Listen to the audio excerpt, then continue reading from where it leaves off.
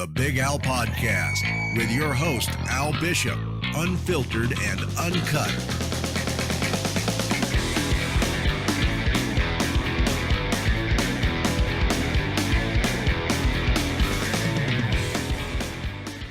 Mr. Boyd Allen, welcome to the show, man. Thank you for having me. Cool, man. Thanks very much for giving up some time. I know you guys, all you fighters, have got a heavy day of all sorts, long lists of training to get through and so on. I just want to maybe start out. It's something I always like to get into is like just give us a story of how you actually got into martial arts and MMA as it is now. Okay, well, I got into my first sort of combat sport was boxing, and that was at Bert Collins in Springs, and I got into boxing through my younger brother Quaid. He had started, and he was sort of taking part for about 6 months before I joined the club, and I started training there. And I had a few amateur boxing fights, and that's sort of how I got into the MMA scene. I went from boxing in Springs to Harold Fulbright in Joburg, and from there I met Jürgen Pitter in Springs, and myself and Ugi Radulovic, one of my good friends, joined Rear Grappling, and that's where I started Brazilian Jiu-Jitsu, just as an extra sort of fun thing to do and stay fit while I was boxing and pursuing a pro boxing career. And from there I met Tiny Strauss, who took me into his gym, trained with me, and after a while said to me, look, if I wanted to take this seriously, then there was only one place to be, and that was Fight Fit Militia with Richie and Chef. And he took me through to have an interview with them one day, and from there it kicked off, and that's how I got into MMA. Okay. And obviously you've been training out of FM ever since, and more recently you got to travel a little bit. A couple of you guys went to the States and traveled with some pretty big names. What was that like, man? Like spending some time in the USA, it's possibly some of the biggest gyms in the world. Yeah, it was very cool. We got to meet a lot of good guys, and we got to sort of, bar ourselves on a level that we know we can reach, and we know we're capable of competing on. It was nice to meet guys from all over the place. We trained at American Top Team. We trained at Combat Club in Miami as well. And then we went through to New York, and we trained at Renzo Gracie and Marcelo Garcia, where there were some really good jiu-jitsu practitioners. And it was a cool trip, and we learned a lot about ourselves, and we saw what level we were on realistically, and it's a nice feeling to know we can compete on that level. Okay, so a lot of the feedback from you guys coming back from there was kind of the feeling that you're up there with the best, and we're not as far behind maybe as a casual fan thinks we are. Is that accurate? Yeah, I think with some of the athletes we're right up there with them. Obviously, they've been at it for 10 years longer than what we have, and you can't take away their wrestling pedigree. They're really strong wrestlers, but at the same time, we've evolved really quickly as South Africans and mixed martial artists. So we are catching them, and we can compete with them. There's no doubt about that, and they saw that just as much as we did. Okay. Were there besides the wrestling, was there anything noticeable that you thought to yourself, okay, when I get home, I really want to consider that a bit more and work on that part of my game a little bit more? Or was it kind of like just maybe a matter of experience? Let's say if we had to compare rugby in the States compared to us, we've just been at it for a bit longer, so it's given us that like longer line of... Yeah, I think that's exactly it. I think they've just been at it for a little while, so they know a little bit of, like, they've got some tricks of the trade. Sure. Other than that, we're right up at the top. We've got a really good structure with our training. Rich has put together quite a unique sort of training schedule, and nothing surprised us when we were there. The training there was probably sort of less stimulating than what we have here, with regards to techniques and things like that. And I didn't enjoy it as much as our training here. The only difference is we have 20 guys on the mats every day, and they have 100 guys on the mats every day. Okay. So they've got a lot of depth, and there's always 10 training partners in your weight division every day. And there's guys that are good on the ground, there's guys that are good at wrestling, and there's guys that are good at striking, and then there's guys that are good all around. So you've got a mixture of different athletes, and that's where they prosper more so than South Africans. Okay.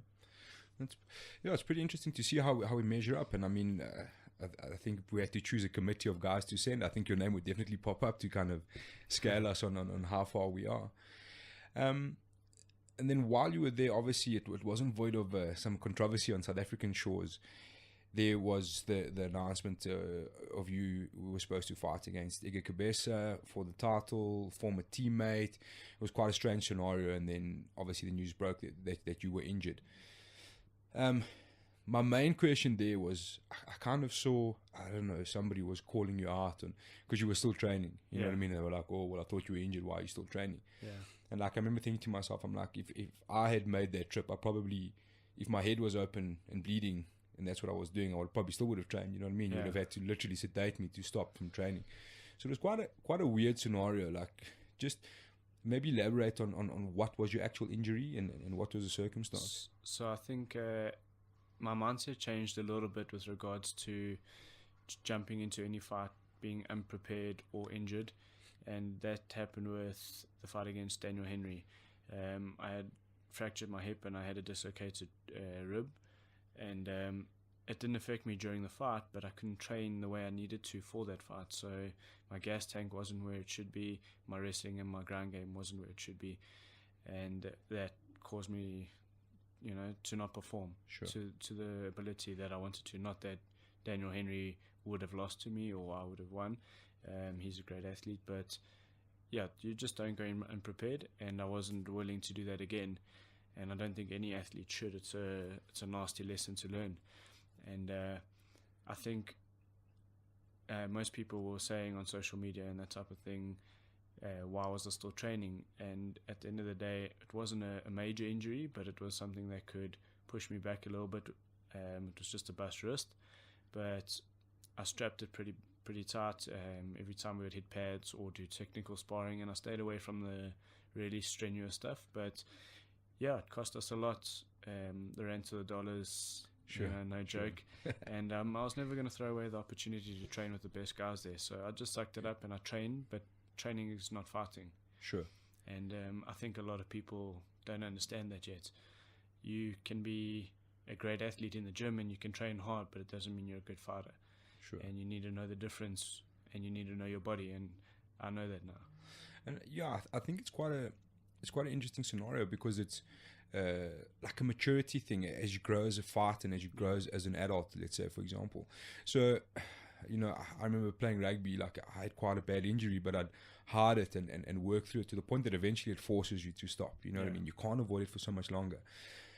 And then you also mentioned something quite important there. It's a massive opportunity. There's a financial part to it. It's a once in a lifetime opportunity, perhaps. You know what I mean? To train with guys like Henry Hooft and and all the guys that you guys spend time with at American Top Team. I don't think too many people from this country get that opportunity. Or don't take the right opportunity. Let's say. Yeah, I mean, we were lucky enough. We've got really good guys backing us.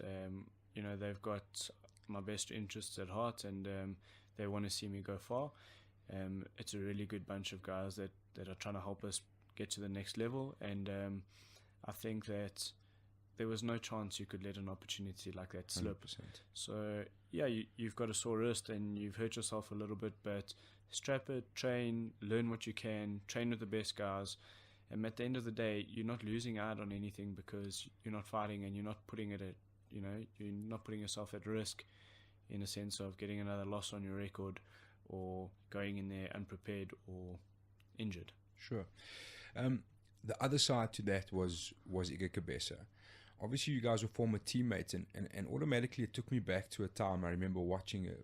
For me, even still now, a very, very strange thing was, I can't remember, EFC were doing like one of the mobile companies kind of sponsoring a thing, and they were trying to do like behind the scenes kind of footage. Yeah.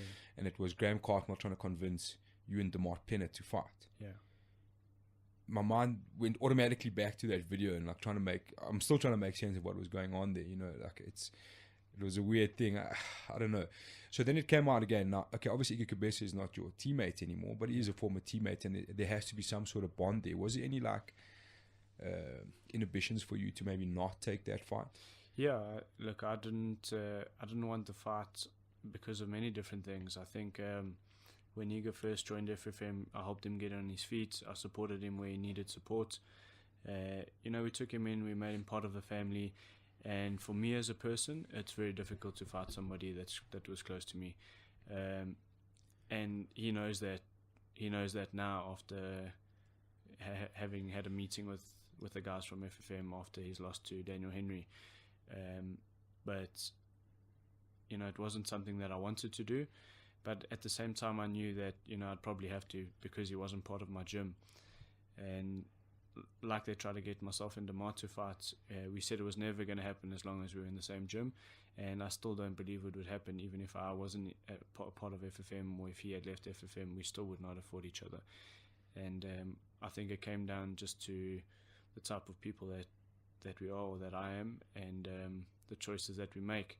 And I don't regret not fighting him. And I think everything happens for a reason. And Daniel Henry stepped up, took the fight, and he's got the title. Okay. So there's two questions for me in there. The first one is obviously the FFM, if we can say, backlog in weight divisions. Yeah. Does that manipulate your thinking into, because obviously you've trundled with the featherweight and lightweight kind of divisions. Does that kind of manipulate your thinking as in which weight class suits you best according to who's on the roster at FFM? Or is it your preference of where you really want to fight? Yeah, I think it was definitely a personal preference. The weight cut, it does affect me. I don't walk around too heavy. I'm about 75 kilos, but to get down to 66, I don't walk around carrying a lot of extra weight to lose. And I could feel my performance, third round, fourth round at featherweights, I started to gas a little bit, which is completely normal, I suppose. Some guys have their cuts down really well and they can perform.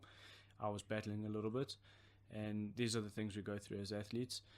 And I think that every time I took a short notice fight, it was usually at lightweight, and on 2 weeks, a week and a half notice, I would go 5 rounds or 3 rounds with the title holders at that stage, and have no problem, with my gas tank or with my conditioning or anything like that. So there's a fight in my head about it, because I'm not a very big lightweight. Sure. But I do like competing in a division where I'll be right at the top, which is obviously feather. So yeah, it's just something that we got to juggle, and as I get older, I just have to keep tabs on my body and see how I react to the weight cuts and that type of thing. So is it fair enough to say that for your immediate future in fighting, it'll be concentrating at featherweight? Yeah, I think I'll probably concentrate at featherweight, and if any opportunities come at lightweight, then obviously I'd like to take a lightweight fight as well. The thing is, like you said, with the backlog at FFM with all the guys, most people don't realize that we're not just competing locally. Sure. We will get into the international scene one way or another, and at the end of the day, every MMA athlete should try and fight abroad and challenge himself and put himself out of their comfort zones. So that's what we're doing at FFM. If we have 10 lightweights, it's okay, because there are different promotions all around the world that will take us. Okay. So is it fair enough to assume by what you're saying is that you're currently trying to look overseas for fights?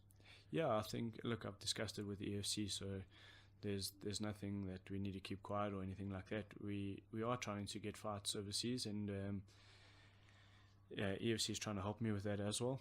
And I think that if we're looking to get into massive promotions like the UFC, you need to have fights at different promotions on your record, so that they can see you've traveled, you've competed at different promotions, and you've competed with the best in those promotions. So yeah, if there's only one promotion and you've got 10 wins, then they don't see it as you being very dominant all over the globe.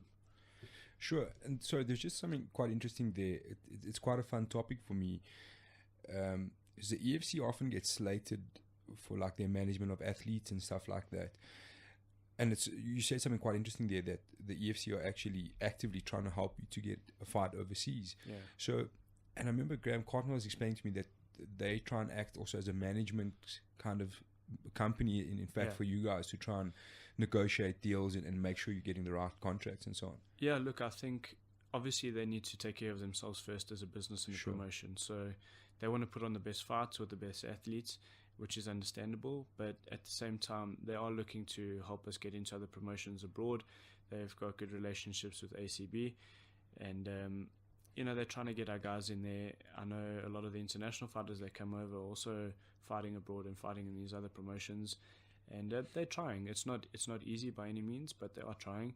And like I said, they've got to look after themselves first. Sure. So if there's a show that they could put us on here locally, then they're going to try and do that. But if they get the opportunity where it won't affect them with us competing overseas, then I'm sure they'll give us a shot. Yeah, I think quite importantly there is the willingness to find you fights overseas, and that's quite important, because it's like you say, obviously they've got to look after themselves first, and I'm sure they do that.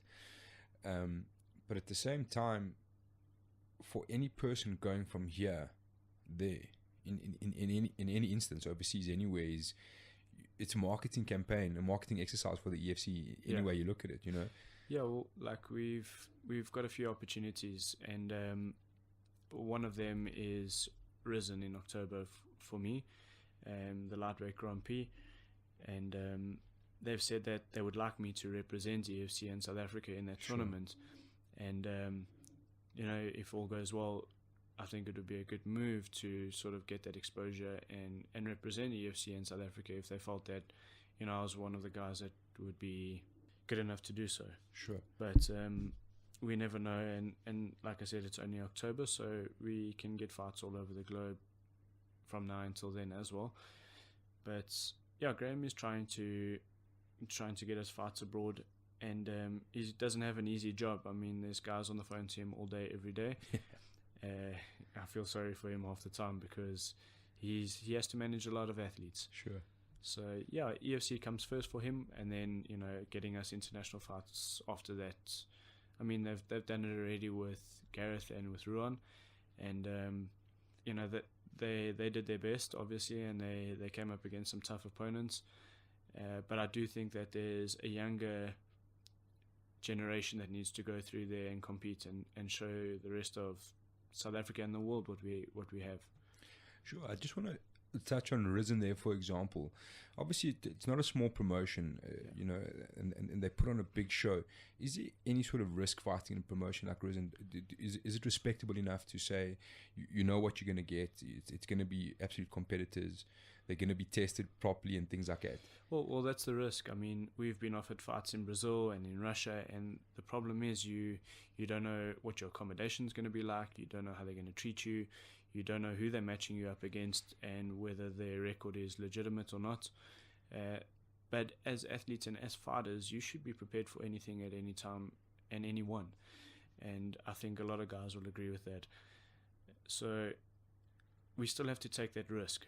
I mean, there's internationals that come over and they come and compete at EFC, and they haven't seen us live. They've maybe watched one or two of our fights, and they're just going on what they hear about us, and they take the risk, and I mean, they're getting good results. Just on like Risen, so the Japanese promotions or those sort of promotions are very synonymous for, can we say, relaxed testing, for example. Yeah. Does that play in the back of your mind because the kind of guys you're going to come up against? Look, I think at the end of the day, we're all going to try and get to the top. And if guys are going to cheat and they're going to use and abuse substances, then so be it. But they're going to get caught eventually. Sure. Somewhere along the line, they're going to slip up. And, I think it's not worth it at the end of the day. So I'm sure that in my past, I've fought guys that have used stuff and I've managed to win. I think at the end of the day, it just comes down to being a natural fighter. Okay. There was one more thing I wanted to go back when we were talking about fighting Iggy Kubesa and teammates and things like that. So you're quite an intriguing example because you seem like very calm, very quiet, very relaxed, but then have to make a mental transition into probably one of the most violent sports in the world, you know, or not most violent, but it's a very violent sport. How do you mentally make that switch over to going from being your very calm, quiet persona into somebody that has to step into a cage like that and fight another person? Obviously, Rich has helped a lot with that, and a few of the guys at the gym. But what helps me is staying calm, and I think that, or for anyone, when you are the most relaxed and you're comfortable, calm and focused, that's when you perform at your best. So my fight isn't so much in the cage as it is in my head. You need to keep your wits about you. You need to stay calm and controlled, and keep a blue head, as we would say at the gym. And you don't want to go into that red zone. You can't fight angry. When you fight angry, you lose the fight. Sure. So yeah, for me, I think also just my history of boxing and competing in MMA, I've got quite a bit of experience, and it's helped me a lot. Okay. So would you say the calmness in the fighting also leads to a confidence in your abilities to be, you've got enough confidence in yourself to say, I know what I'm capable of, and this is easy for me. Not easy, but I'm fine in here. I'm comfortable. Yeah, I think, I obviously I get nervous, and Sure. I would never say that I'm not. But you've trained hard, you've put in the hard work, and you've put in a lot of hours. You should back yourself, if nobody else. So I back myself, and I believe that I can beat the guy standing across from me, and I have to. If you don't, then don't get in there. Yeah, sure. Because it's one of those crazy things. I mean, like it's something I love to try and watch a little bit more than the fight, if that makes sense. So for me, it all starts. I'm like addicted to the build-ups and that sort of stuff. Yeah. But that's like one side of it. But for me, everything starts at the weigh-in. You know what I mean? I'm the guy who's glued in at the weigh-in to kind of see who's breathing more rapidly, who looks a little bit more nervous. And I mean, people will say to me like, but look at that guy, he doesn't look nervous. But I'm like, but look a little bit closer, watch his lip movement, watch his chest, watch his breathing, watch his hands, watch all of the fidgety kind of stuff, you know what I mean? I mean, weigh-ins and things like that, I shake, my hands are shaking, my lips jumping. It's not a fear of my opponent, it's a fear of my performance or lack thereof on the night. You want to perform well, you want to put to test like all the hard work that you've put in at the gym. It's got nothing to do with your opponent. Sure. It's just a performance thing. You want to do well. So and in there is the beauty of everything for me, because it's such a strange mix of humility and ego at the same time, because you've obviously put yourself through hell to get to this point, to make a certain weight on a scale, to go into a cage, and then everything shuts off, you know what I mean? And the whole world's tuning in to see what you're going to do. Yeah. You know what I mean? So you've made yourself, fighters, for me personally, it looks like you've made yourself vulnerable. And from the time you've arrived at wherever you're fighting to the time you get in the cage, your mind has got so many opportunities to give yourself doubt, you know what I mean? To, did I train my ground game enough? Is my cardio good enough? Am I going to last 5 rounds? This guy's got a lot of power. What happens if I can't deal with his power? There's so many opportunities, you know what I mean? Yeah. Like that I can see for your mind to get you down. Exactly, to get you into a panic state, and for everybody to see this. And it's this mental side that really gets me, you know what I mean? Like, because I can't understand it, because I'll never step in that cage, you know what I mean? And I don't think people take enough time to try and understand what's going on inside. Look, I think that also comes with structure. So structure and repetition, and just going through the motions. Like Chef repeats a lot of things that he would say to us in the gym on a daily basis, and that's very important. I think you need to trust in your structure, trust in your repetition, and just follow through with everything. Let it become muscle memory. Sure. Because at the end of the day, you can only try your best once you're in there. And I think a lot of guys sort of try to impress themselves, and you end up doing things you wish you wouldn't have done. You just got to go in and fight. Sure. Just fight like it was any other guy that was trying to hurt you or your family, and obviously stay cool and calm about it. Yeah, hundreds. And then do you use any like specific, maybe a mental coach, or like any mental techniques, or is it more just based on your like trust in your ability? I did at first for a little while. I used a mental coach, but there was always an argument in my head whether or not I needed that or whether or not it was working for me, because it was I battled to understand it. But I think the most important thing for me is being around the right people and putting in the work and being in the right environment. And I think if you've got all of that, then you are calm and you're in a good place mentally. Okay. So nothing specific then, you just kind of trusting the process. Yeah, look, really. I've got my own little sort of things that I do before fights, but I don't sort of trust in everything. I can get quite emotional in the back before I walk out, not aggressive by any means, but emotional, and it's more like, the times come to put everything together, and you want it to come together, and you want it to work, and there's a lot that goes into it. I don't just perform for myself; I perform for my whole team. I want the guys to feed off of it. I want to show them that what we're doing is working, and that's important to me. Sure.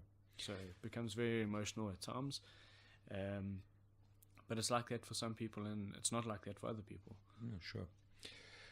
Okay, so just looking back again, moving back to your career statistically, your only loss in the EFC was the most recent to Danny Henry. Yeah. You gave up your title there, which has gone to Cabeza, back to Danny Henry. Where do you feel you kind of fit in that situation now? I think I could probably fight Daniel Henry again if it ever came to that. And yeah, I'm obviously right at the top of the featherweight division, and I think I'm pretty much at the top of the lightweight division as well. When I look at who I fought, who's held the title, and who they fought. So, I'm kind of stuck in between two divisions and where to fight and who to fight. But like I said, it's not just about one promotion. We are looking abroad. So okay. That's where the spanner in the works comes in. So do you think the featherweight title could be kind of up in the air for a little bit? Let's say, granted, Danny Henry gets into the UFC and you take an opportunity at Risen. Do you think we're going to see a kind of interim belt happening again? Or no, it's not. No, you're not the matchmaker, but it's well, yeah. I think hopefully that does happen. Hopefully, Danny Henry gets into the UFC and he can show what he's got and what skills he has. I think he's a great athlete, and obviously I'd like to go and fight abroad wherever possible. And at the end of the day, I think it would be such a cool thing to come back and fight in the UFC and compete for a title once you've got that international experience. So in the meantime, have an interim title fight. And obviously, stepping up to the lightweight is, again, it's another teammate, because it's Don Madge now who's won the title. Yeah, when I say I'd probably fight feather or light, it doesn't necessarily have to be for a title. Sure. I'm in there to compete, to stay active, and that's a big thing for me. And I don't need to fight for the title. Sure. To be honest. So would you consider fight perhaps like someone like Dave Mazzoni? Yeah, I think Dave's a great athlete. Obviously, he's a really good fighter, and Don just fought him and did amazingly against him. But again, Don put in all the hard work, and he got the results. So yeah, I think it's definitely someone to look at, and I know they're probably going to try and match Martin with him as well. Okay. So he's also at lightweight now, and he's doing really well. I think it's been an amazing move for him, and it's been the right choice. Sure. I remember Dave saying that he mentioned a fight with Chris Bright, which is what they were thinking about next for Dave Mazzoni, which was quite interesting, because he's also been in the wilderness for a little bit, Chris Bright. I think his last fight was Adam Speechley. Yeah, look, I don't know so much about matching someone like with Chris and Dave. I think that Chris is a veteran of the sport, and you need to put him in there to put on a good show, to pull a crowd, that type of thing. But he's young and he's active all the time, and it's not a nice thing to see someone like Chris go up against a guy that could really sort of put a dent in his career. Sure. So, and obviously I know Chris quite well, and I think that he's just doing it because he loves the sport. He doesn't need to fight for a title. He just wants to do it to stay active, stay sharp, and have fun. Sure. So, it's just lightweight. It's quite an interesting division for me now because there's quite a few possibilities. You mentioned Martin as well. So, let's say hypothetically you get given a fight against Dave Mazzani and win that fight. And you now become, let's say, a number one contender for that lightweight belt. What happens there from an FFM point of view between yourself and Don? Does he move up? Do you go back to featherweight? Do you consider the title? Or what happens? I think we high-five each other and we say we're really good as a gym, and we laugh about it, and whatever comes our way, but we don't fight each other. Sure. So, I think also for Rich, it's really cool to have so many guys right at the top of the weight divisions. It shows what a good coach he is. Sure. And what we can do is sort of smile and wave and say we're right here at the top. Okay. Wait for the next contenders to come up. Obviously, they've got to build guys for the title holder, and anyone else we take after that. And you guys must, well, in my mind, you guys must be thinking of two division belt holders by now. Like, I mean, Don quite comfortably could move up to welterweight. Well, I seem to think so because he's a big guy, and he cuts quite a lot of weight. He has spoken about it, and it's definitely a possibility. He walks around quite heavy as well. So he could move up to welter and fight for the welterweight belt and possibly hold two belts. Obviously you've got Drickers to worry about, and he's a good athlete. Sure. So don't get too greedy. No, 100%. So you just have to put in the work and stay at the top. That's all we can do. And I think the most important question, talking about you and Don Madge, is obviously you guys fought a 5-round war to end in a draw, which was quite a sad thing, but relevant at the same time. Have you guys settled the score in the gym behind closed doors? Is what we really want to know. Yeah, no, we go at each other just like we would in a fight. Sure. I mean, when it's sparring and that, we don't hold back. But we also we understand we're teammates now. We don't want to hurt each other. We don't need any injuries and that type of thing. And we just push each other from one step to the next. So the better he gets, the better I get, and the better I get, the better he gets. And sure. We sort of help each other evolve like that. So it's but there's no hard feelings. We laugh about it. We tease each other, that type of thing. So it's quite a good laugh. So there's no closed doors white collar fight to settle the score happening there. No. Yeah. I asked Don the same question, and he's like, no, it's just he wins sometimes, I win sometimes, and that's how it's settled. Yeah, no, it's true. So and that's what it's like with fighting. The one night you'll win, and the next night the other guy will win. 100%. Is there anyone specifically? Okay, we mentioned Dave Mazzani that you have in mind in the EFC immediately? No, not specifically. There's no one that really stands out that I'd like to fight. Obviously I would just like to fight and stay active. Sure. That's my biggest thing. But there's no one really that I would call out or choose to fight. I kind of just wing it when it comes to that. Okay, and you just kind of let the EFC make that decision. Yeah, let them make the decision. I think early on in my career, they used to say, like, here's the choices and these are the guys we want you to fight, and I would just say, you choose. Okay. I don't want to have the say and choose the easiest out of the three and make myself look good. I think everything happens for a reason, so you've got to learn from that and go with the flow. Okay. And then what do you see for yourself immediately? Like, obviously we spoke about EFC and you mentioned risen overseas and so on.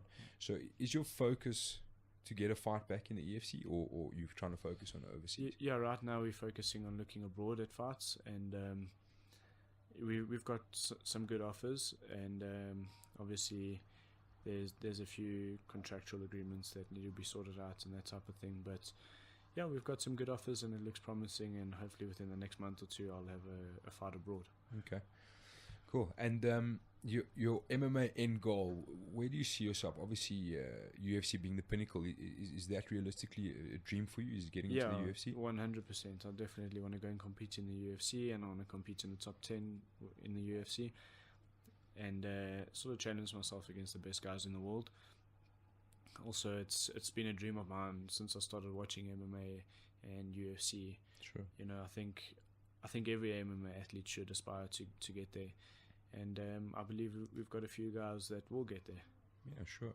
And hypothetically thinking about the UFC, which sort of weight division would you be focusing on? Featherweight? Or? Yeah, featherweight. Okay. I think the guys internationally cut a lot of weight and they're really big, so I would have to do the same thing. And also you've got a guy like Conor McGregor who's at the top of the lightweight division, so everyone's either moving up or moving down to lightweight, and Sure. the division's packed. So look at another division and make your own name and make your own reputation. Yeah, it's an interesting thing. I spoke to Chad Hanukkam about it briefly. Obviously, he broke the news to us that he was trying to get down to a middleweight. Yeah.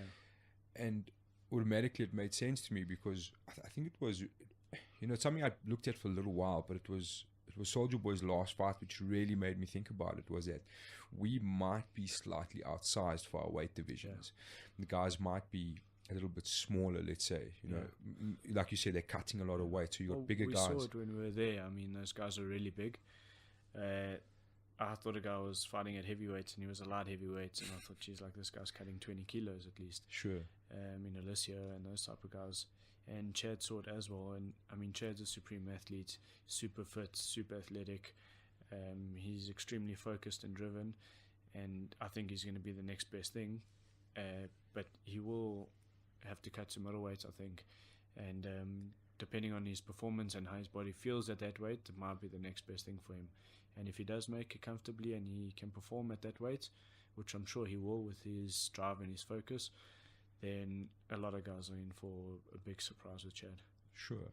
And would that size kind of thing really motivate you to concentrate on featherweight and just like master that cut? Yeah, I think, look, I fought quite a few fights at feather and I get my cut down pretty well. And it just takes a little bit more time, so there's no looking at like short notice featherweight fights. Sure. Which is difficult at the moment because an international organization will phone you and say, we want you to fight in 3 weeks' time in a promotion in Brazil or Russia or wherever, and you've got to cut 10 kilos.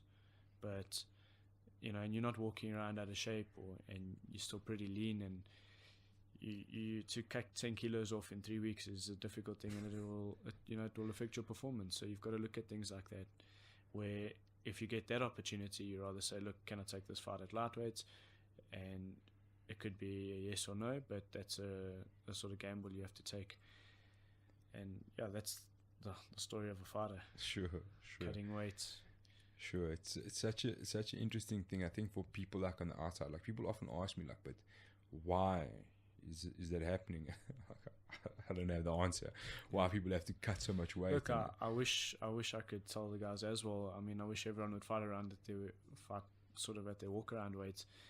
But then you'd have me fighting at welterweight, and Sure. you'd have guys like Don fighting at middleweight, and Drickus fighting at light heavyweight, and Chad fighting at heavyweight. Sure.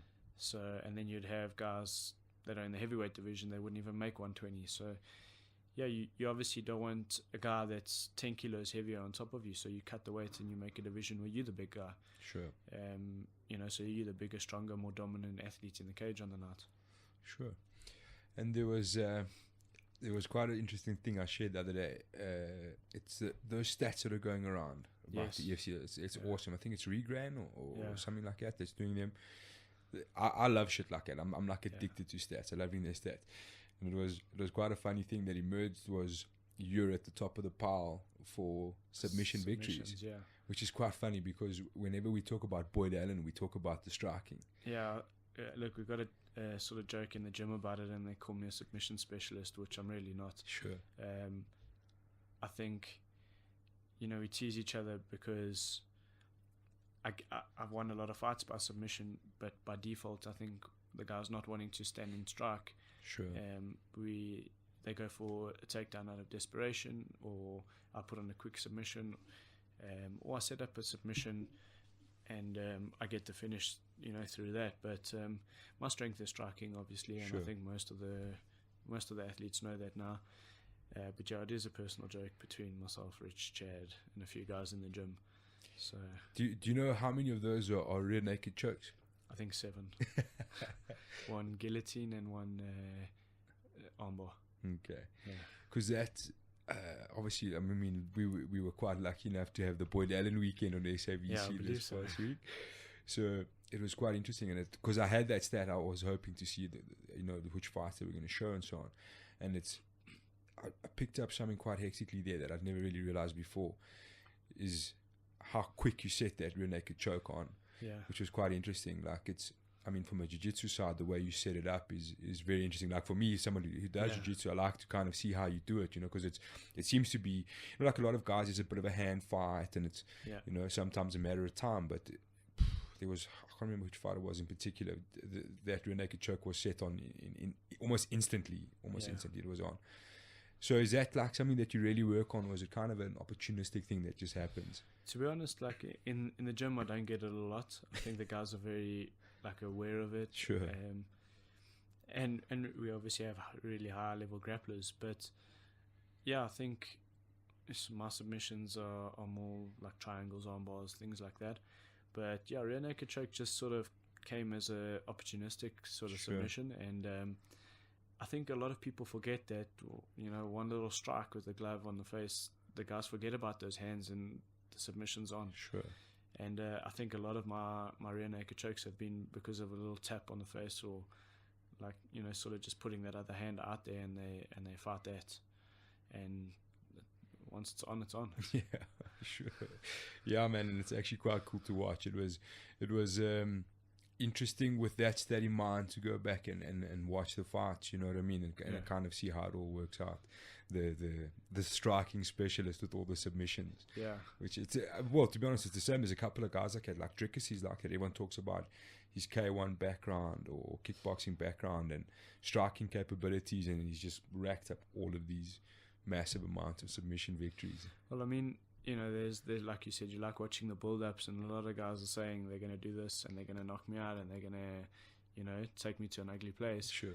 And when it comes down to it, and you trade in leather, and you're kicking and punching, and knees and elbows are flying, not everyone likes to be there. And eventually they will shoot for the takedown, or they will clinch, or they'll start wrestling. And that's where the opportunity comes to use your jiu-jitsu and put on a submission. And other than that, I think there's only been 1 or 2 that I've really set up over a period of a minute or so. Sure. Before I got the submission. Most of them are opportunistic. Sure.